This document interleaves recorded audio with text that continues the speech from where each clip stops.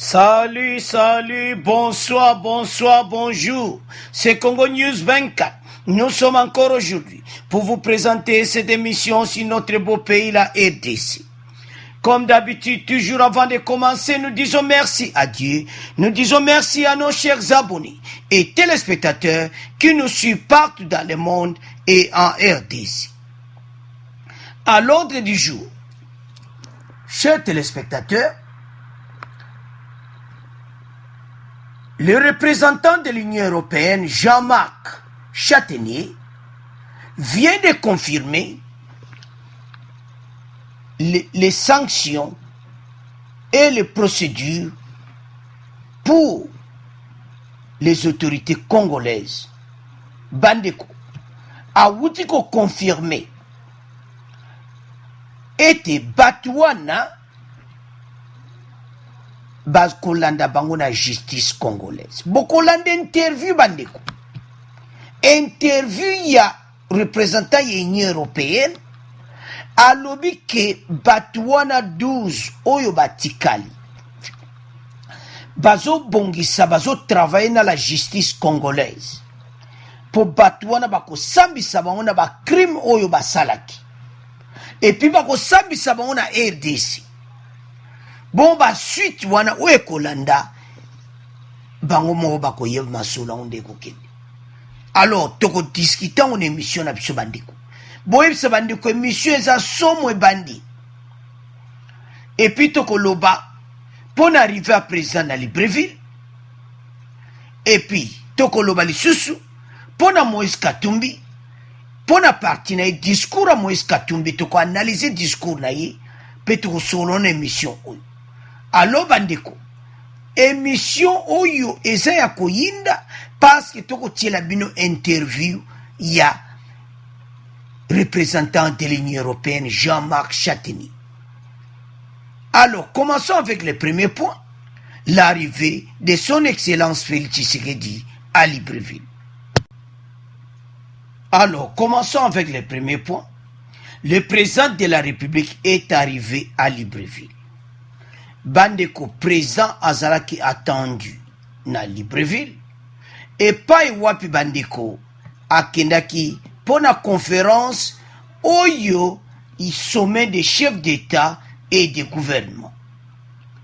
Ezali lokola 9e session extraordinaire de la communauté économique des États de l'Afrique centrale. Chers téléspectateurs, na arrivé na ye quel accueil donc ba yambi ndenge moko yango to loba santam to lo makambo ebele bandeko bazomo lokola ke toza kokumisa mingi faci ba président musuba ezali wana mais l'arrivée de Faci est différent. Donc Ozo mona pena que oui, président de la République a quitté. Tant que l'on makambo eza pona ko expliquer ba Congolais, ba comprendre que ndenge bino ba Congolais mususu bozo mona président eza ndenge na libanda bazo considérer Faci. Faci international a bien reconnu. Et puis a le président le plus populaire pour le moment d'Afrique. Donc Nicolas Opération Batangi en Afrique, il est le plus populaire. Arrivé Nezalaki Penza donc Kitoko. Mais tant que le bango ba Congolais bazo tolingato laksa peuple que président Abiso balingi na monde entier. Balingi oh nyosto kaba discours na FCC partout na ba parti politique musuba ba contre tout ça chers téléspectateurs présent na biso za de renommée internationale. Dans l'Afrique pena ba kumotia RDCK olingati. Et ça makambo eza vraiment vérité bandiko. Tant que tu as kopesa be mission awa, tolinga peuple a comprendre pona nini to tiaka ba makambo oyo. Et puis tanga komaki.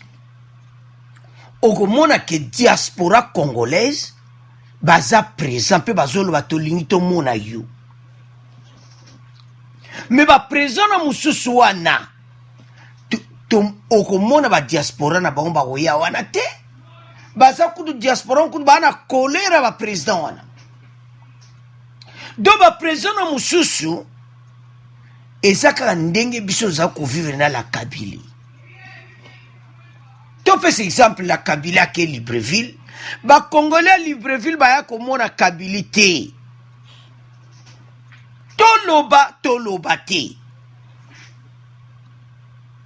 donc ndenge bakongolais bazelaka présent faci na étranger baprésent mosusu bapays mosusu esalamaka te baza kutu kuna te mpo na nini basi babaya na bango baprésident wana baprésident corrompu baprésident basalaka bambeba le président de l'Afrique centrale bapays wana mosusu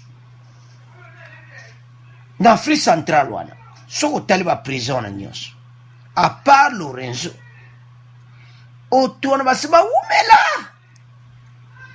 à part président ya Angola bona tu basi bawumela kaka na pouvoir. Alors, tant que la communauté internationale va se comparer les Fachi, n'a pas président Moussous Bazolo non. Fachi, c'est le président de la République. Alors, chers téléspectateurs, tant que vous avez un message, oyo, tolinga Congolais à comprendre, et pas wapito wuti, et pas wapito zakoke. Alors, sans plus tarder, tout l'action comme moi extrait, oyo bande konaso ba Congolais, ba yamba ki Fachi. Bon, to continue mission.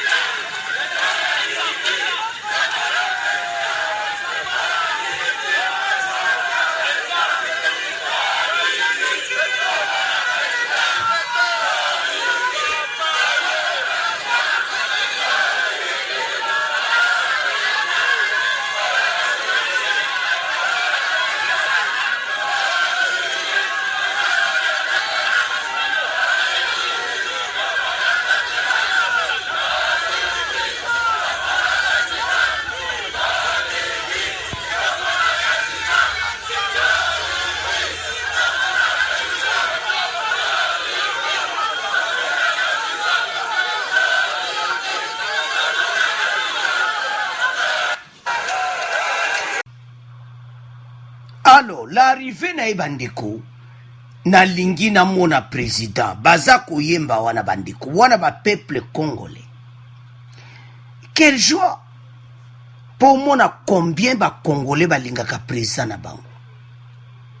Baza na confiance à Fachi 100% chers téléspectateurs. Donc congolais comment ne sengo moko ya kolaksa partout et pas azali que mon président c'est Félix Tshisekedi. Monde mobima bandeko o boyoka kana ezaka mwa ba secteur mwa batu mo eza en Europe partout na Bruxelles France okomona masolo kaka président na biso Fachi mwa ba section ya mike wana o ezalaka contre Fachi donc so tali pe o comprendre ka pona nini balobaka makambo contre Fachi mais la majorité il y a peuple congolais pour Félix Tshisekedi. Partout. Ayaki na Bruxelles, bon monaki, plein à craquer. Ayaki na France, bon monaki. Donc partout pas au tambola, peuple alingi. Alors bandiko, Fachi akinaki na sommet en ezapona ba pays Afrique centrale, était ezapona économie ezoleka na kati Afrique centrale ndeni bako travailler ensemble ndenge nini bakoki ko s'échanger sur le plan économique alors yango basangana kibandiko na Libreville na Gabon.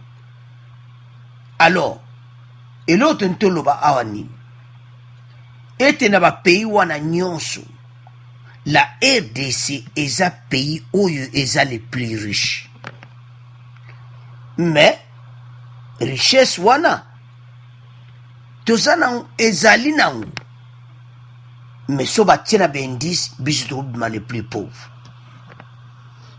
Pourquoi? Parce que la Kabylie, on a tout détruit. Mais nami kole koya, je vous assure, on est sommet où? Tant aux 9e, tant au 10e, 11e, na zoe sabino que la RDC est les pays les plus puissants et puis les pays où économiquement tous à la fort que les Kabapatouan. Pourquoi? Parce que Fachi pour le moment Tonga Mboka où a coûté détruit. Le pays a été détruit économiquement. Yango mon ba pays n'est ba Angola, ba Libreville wana ba Gabon, au monde que économiquement bango ba l'équibiso, c'est parce que l'économie de notre pays a été détruite par l'ancien régime de Kabila. Mais tant que sommet monsieur Koya na Mikolo Koya bandeko bondi maboko monaki, dans ces sommets on parlera plus de la RDC économiquement. Alors yango toye saba congolais eti tant que président absolu Azokeba place à Boué, c'est pour l'intérêt du peuple, c'est pour l'intérêt du peuple congolais. Alors, bisognos tous à la vraiment, Nesengo, Yako, Kumisa président Bissou. Alors, à vous de commenter la première point, Bino Tubolandi était président, comment qu'il a Libreville pour la sommet wana, pe Nami Kolikoya, Toko sa bino contre Randina. Comment les Kasuko na, deuxième point d'abissou, le discours de Katumbi. Alors, chers téléspectateurs, Tokomina discours de Moïse Katumbi. Moïse Katumbi a clôturé ce mercredi 18 décembre à Lubumbashi les travaux de création de son parti politique, Ensemble pour la République, issu de la plateforme électorale Ensemble pour le changement. Dans son discours de clôture, Moïse Katumbi dit accepter de présider à la destinée de ce parti dont il est aussi fondateur. C'est à la demande de différents participants à ces travaux qui ont duré 2 jours. Bandeko, boy Moïse Katumbi azaki déjà ensemble pour le changement ou ezaki plateforme naï. Mais à l'objet demande ya batune yana nyonso. Moïse Katumbi a décidé de ça la parti politique. Ou le plus grand parti politique. Ezaya koyinda toko yokaye bogolanda e. Le plus grand parti politique. À votre demande unanime de me voir présider au destiné de ce grand parti, je l'accepte de tout cœur. Je vous exprime ma profonde gratitude. Soyez rassurés que je mettrai toute mon énergie en tant que leader pour atteindre notre objectif. C'est-à-dire la transformation profonde de notre pays dans le sens de construire ensemble un Congo prospère pour tous. Alors, chers téléspectateurs, Sobo Landi Moïse Katumbi, Sobo comparé na opposant Moussousou, okomona ke Moïse Katumbi aza na un sens ya kotonga mboka. Malgré aza na besoin kobima un jour président de la République, mais aza vraiment na souci ya mboka oyo. Mais ebele baza toujours na doute na ye. Mais biso lelo tozo loba ndenge asali parti oyo azana vision était parti à les plus grands partis. Wana za message mutapesi boko landa e bandeko discours nae. Et belé ba kopesa ba message mboko yoka mais eloko tonto benda na maloba na ye boko yoka bino moko eza que ya lingi un Congo prospère. Ya ba discussion ezanga tina tena niveau ya ba politicien mais ba discussion moko zo construire mboka RDC. Il a dit ceci encore: à vos côtés, je ne ménagerai aucun effort pour porter les valeurs de la République pour répondre aux attentes du peuple congolais. À l'obi, qui effort moko ekozala wana pour porter les valeurs de la République, pour répondre aux attentes du peuple congolais. Alors, chers téléspectateurs, sans plus tarder, écoutons Moïse Katumbi. Bongo, to continuer émission Nabisu.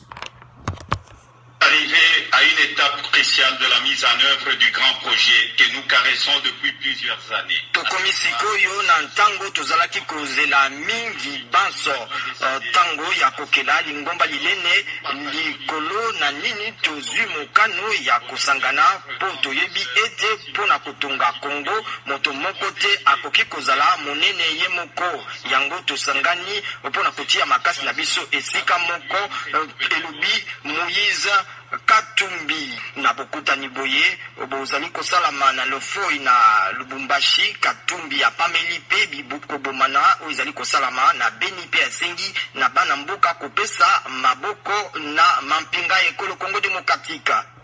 Voilà. Alors, chers téléspectateurs, Tolandi Moïse Katumbi. Nous avons suivi Moïse Katumbi. Sokotali ozomona ke vraiment zana besoin à aider ces ala mboka moko prospère. Mais toyebi ke azana besoin abima président de la République. Mais yemo pa yebi ke fachinde nga wana kobeta le 10 ans na aider mandat na ye. Alors yazo luka pre fachi yepe akota. Alors ba Congolais to tike on abino. Est-ce que Moïse Katumbi à cause de la présidente de la République la biso dans 10 ans, à vous de commenter. L'ex-gouverneur du Grand Katanga a aussi remercié tous les participants à ces travaux et salué leur volonté à répondre aux besoins du peuple congolais. Celui d'avoir, selon lui, un grand parti national démocratique moderne. Moïse Katumbi.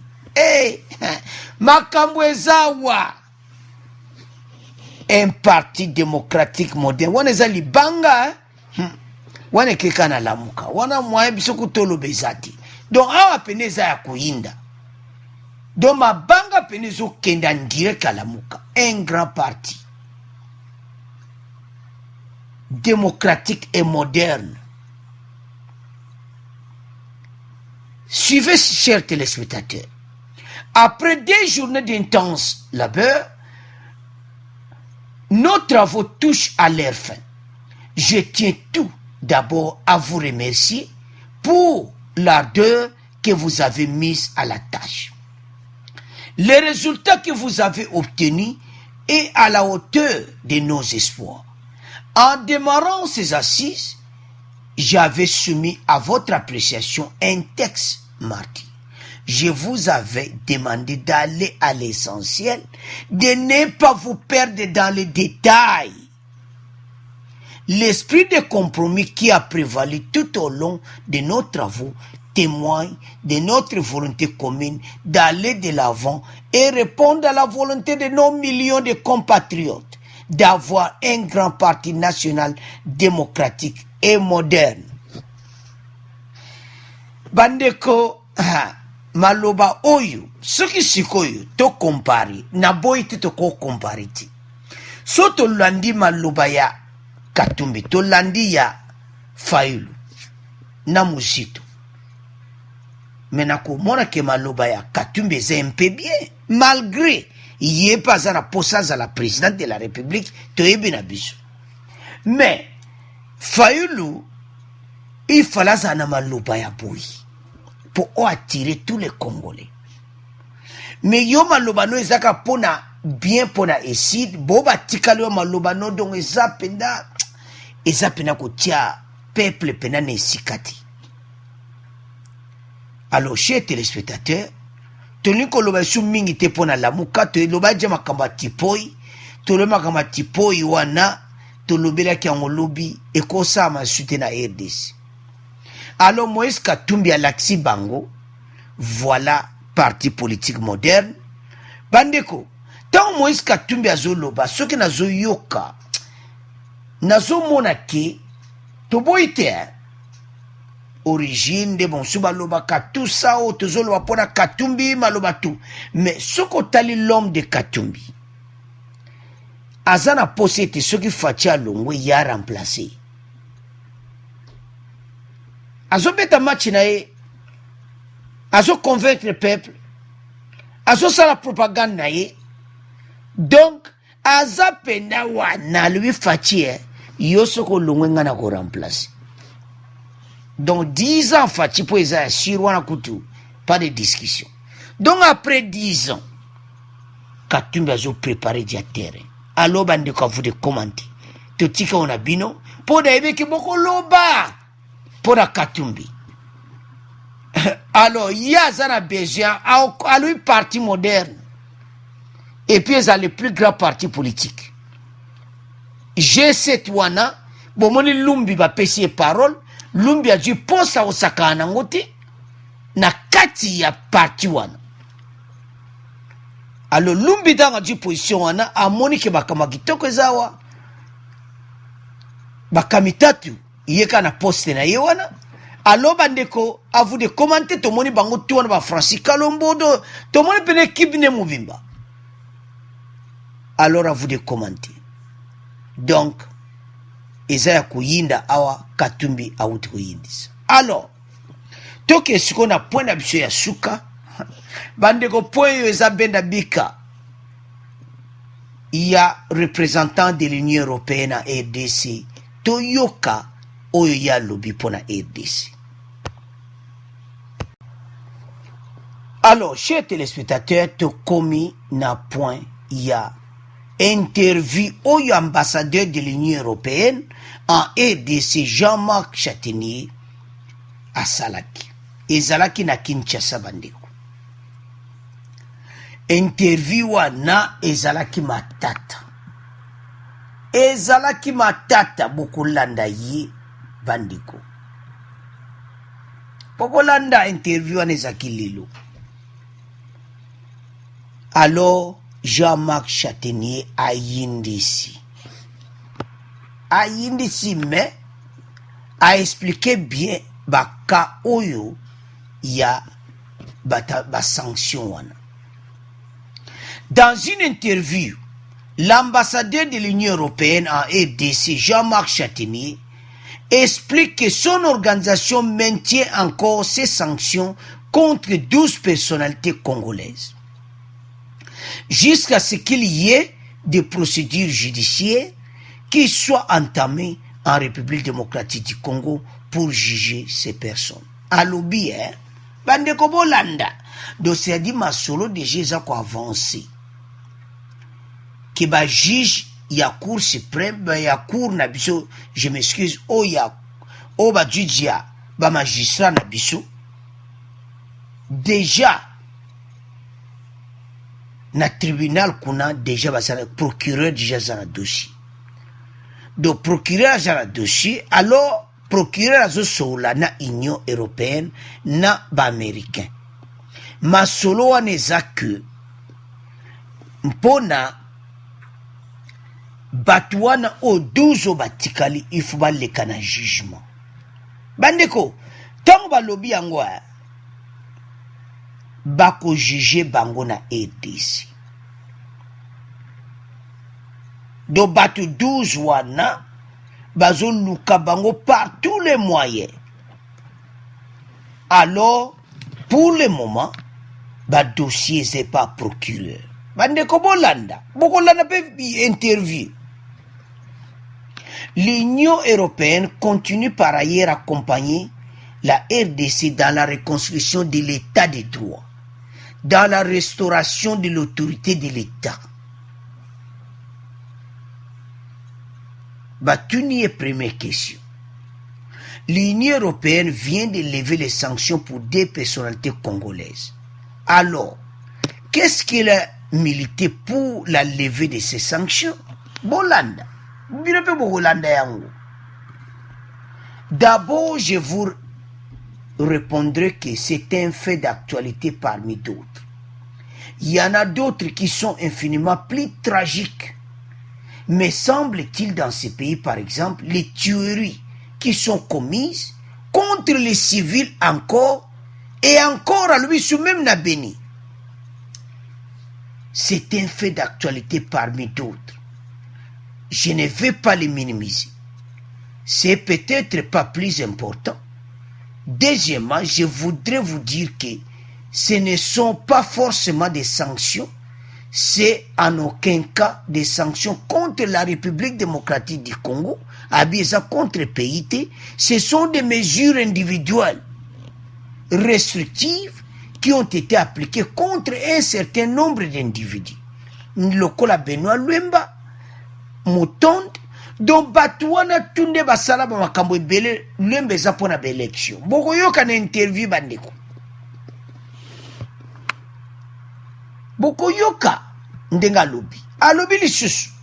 Pour des raisons essentielles, parce que des personnes qui s'étaient opposées à la tenue du processus électoral et deux par ce que sont des personnes qui ont été suspectées de participer à des massacres ou à des actes criminels humains graves.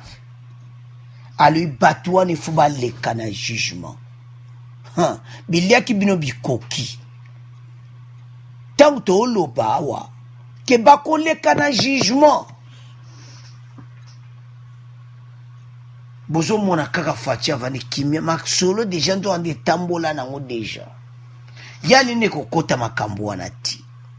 Yali état de droit sala makambo nango. Et sala makambo nango.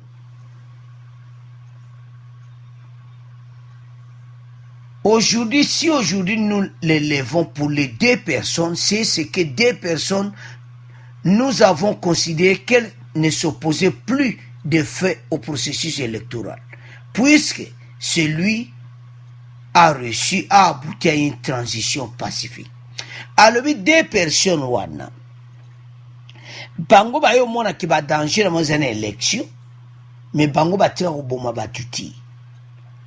Lambert Mende na Kipelisa, ba mona ki ya bango to longola bango. Yango ba mona ki mesire longwa ki pona bango mibale parce que bango baza ko accompagner processus électoral na makamu nyonso oyo kosalama na RDC. Ba question batuni bandeko boko yoka ye donc batuana ba photo wana bozonga batuana bango 12 po moito tia 12 ya te boyebi bango. Donc bango tout 12 wana bakoleka na jugement na Kinshasa. Bakoleka na jugement. Donc ekozala ko yinda bandeko. Bako juger bango et puis ekozala somme. Union européenne bazo travailler na procureur na biso. Alors batona bakolekisa bango na justice. Batune question. Balobi batuana soki mutu ba akite wana bakolongo la sanction na ye mais azomona te ndeni bakoko akite bango parce que bango baboma ki batu et puis bakawana nyonso eza bapote pa bakongole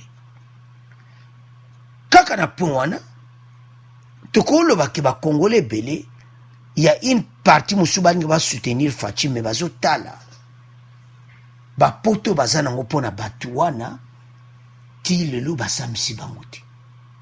Donc eza clair bandeko batu wana ifo pena basamisa bango et puis mbali ya mbala na bango soki bakokese pays bakokende yango chez téléspectateur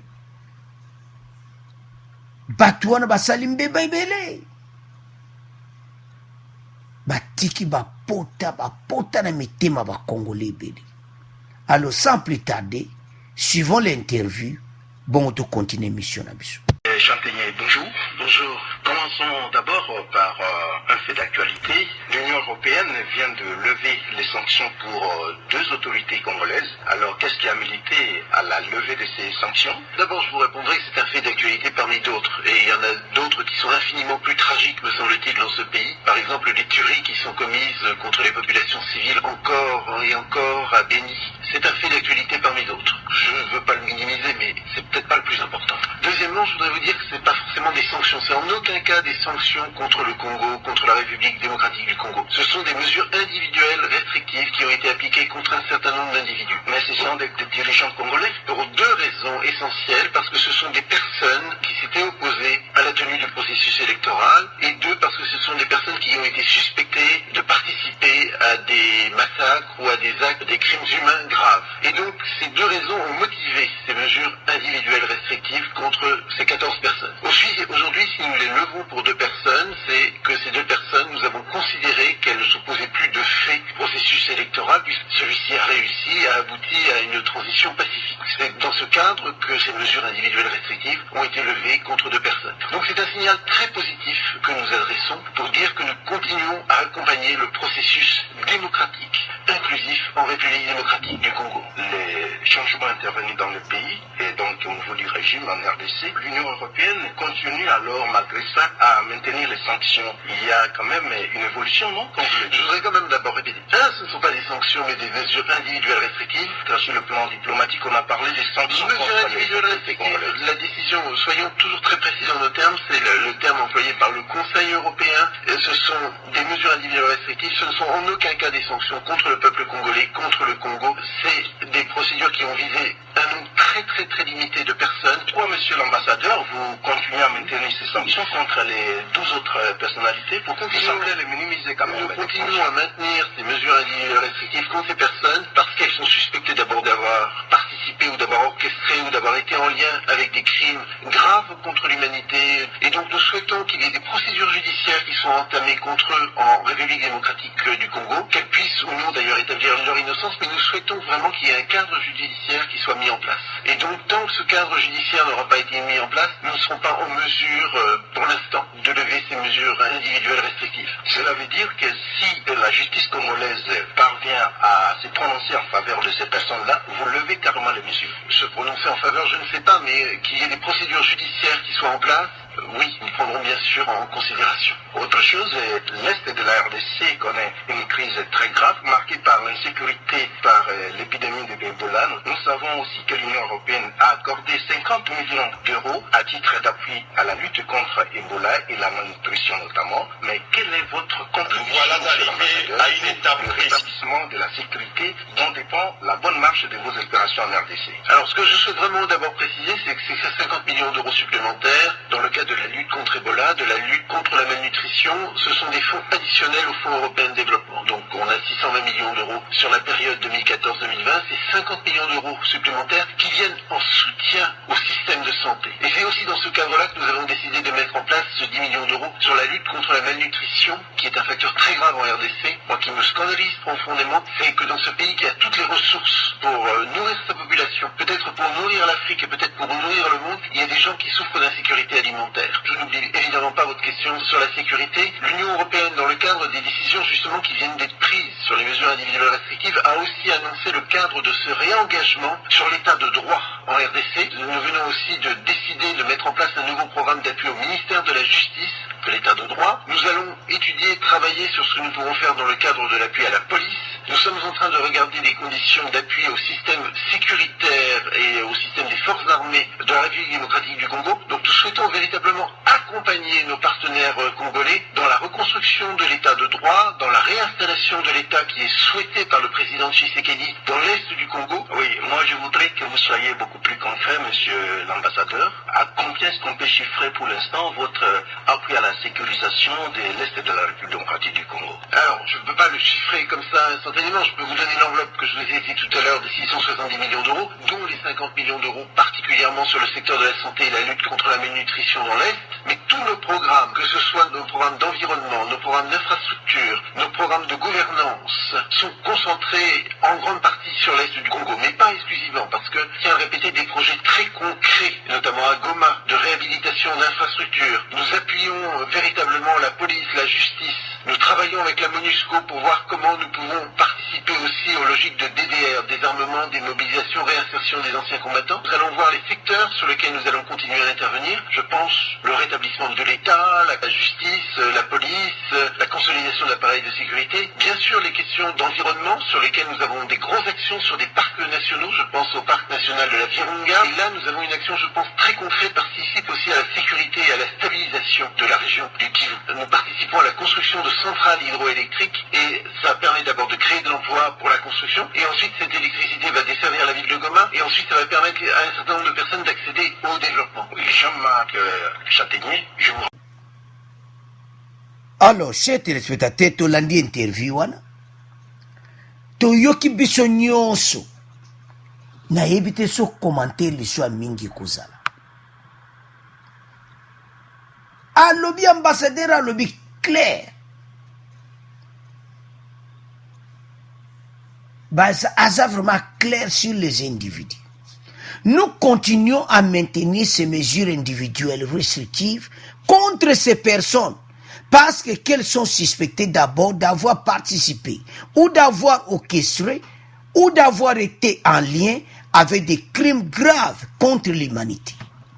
Et namoni oyo bato bako transférer bango na CPI ende na zomona. Et donc nous souhaitons qu'il y ait des procédures judiciaires qui soient entamées en RDC, qu'elles puissent ou non d'ailleurs établir leur innocence. Mais nous souhaitons vraiment qu'il y ait un cadre judiciaire qui soit mis en place. Vous voyez que bazo travailler à niveau ya justice na biso. Parce que ba corrompi musuba na justice kuna. Alors Europe na États-Unis ba koti makambo ya justice état de droit. Boyi balinga bavansango penza na yemo ministère de justice a okoma na problème. Parce que so balobi neto sala boyi aboyi baloba oh. Yo boya ponani. Justice makambo ezalaka parce que yo yebi droit bati wana pambate. Alors nde makambo ezo kende chez téléspectateur eza ya kuyinda. Posona nde bolandi wana nde bolandi Jean-Marc Châtaignier.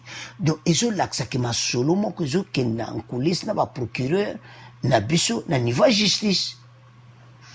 Donc bato na pena ba dossier na mo pena yango na ba ONG oyo so bazoloba tabandeko oyo ba ONG na biso wana na RDC so bazola toyo kabango bamba loba ki ba dossier bato ne c'est pas procureur et c'est pas procureur ba lui bazo zelengo. Alors, je peux d'abord préciser que 50 millions supplémentaires dans le cadre de la lutte contre Ebola, le pays makambo Ebola, va pèse mbongo, et puis va fonds sous-européen de développement. Donc, on a 620 millions d'euros sur la période 2014-2020. Ce sont les 50 millions d'euros supplémentaires qui viennent en soutien au système de santé. Alors, va pèse mbongo. Basana besoin justice et salamana RDC. Alors bandeko, nga commentaire a mingi zati bakolia mbala. Eko salama donc ils ont l'accès qui m'a solo penizo le kankulis. Pas ce peuple congolais souffrir.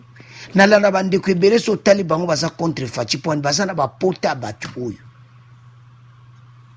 Alors, comment on fait ici, la pauvre Congolais va comme ensemble, biso nyoso soutenir Félix Tshisekedi. Alors, tout comme on a fait mission na biso, et comme bandeko, tout tike on a bien dossier oyo bolandi pour na bateau basala na bango nini. Justice c'est ça ndenge nini. Bo pesa ba commentaire na bino apprendre boyoki ambassadeur de l'Union européenne. Alors, tout comme on a résumé mission. Résumé mission na biso bandeko to loba ki te président de la République Azana Libreville. Bolandi de ba Congolais bazo sepela na ye.